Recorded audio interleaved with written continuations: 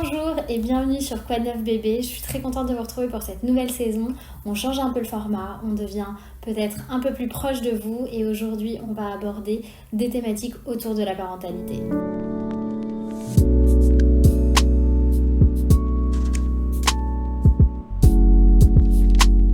Je vois beaucoup de gens parler, par exemple sur les réseaux sociaux en disant c'est une mauvaise mère, c'est une bonne mère, c'est quelque chose comme ça.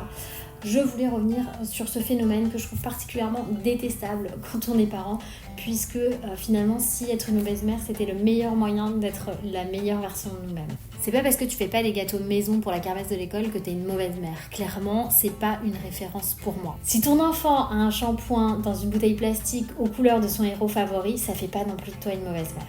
Je trouve d'ailleurs qu'on parle plus souvent de mauvaise mère que de mauvais père. À croire qu'on n'est pas encore tout à fait égal là-dessus non plus. Est-ce que finalement, le fait de ne pas être un parent parfait aux yeux de la société fait de nous de mauvais parents? Ou alors est-ce qu'on se mettrait pas un peu trop la pression? Est-ce qu'on doit réellement suivre toutes ces règles qui nous sont dictées au quotidien par la société, les réseaux sociaux, les influenceurs? Je suis pas sûre. Je pense qu'il faut laisser de plus en plus la place à l'instinct.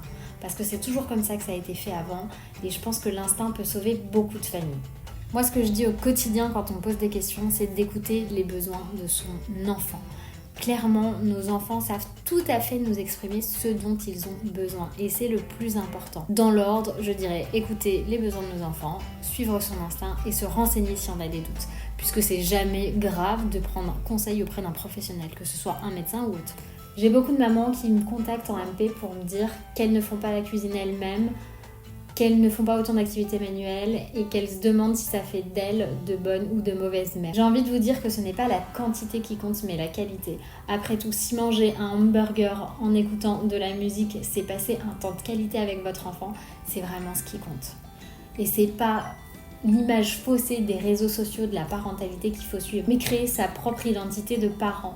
Parce que quand on devient parent, on est complètement perdu et si on prend trop de références auprès de personnes qui n'ont pas les mêmes enfants, qui n'ont pas le même caractère que vous, ça peut devenir rapidement très angoissant. La vérité, c'est que quand on devient parent, on doit apprendre en même temps que nos enfants.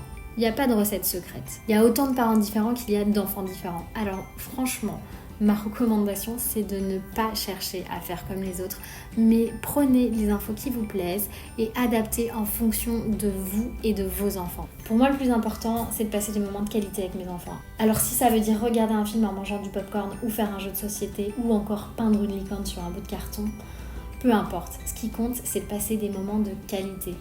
Et ces moments de qualité, c'est pour cela que vos enfants vous remercieront plus tard. Un peu de légèreté, beaucoup d'amour, voilà pour moi la recette du parent parfait. Je vous dis à très vite dans une prochaine vidéo. Bye bye.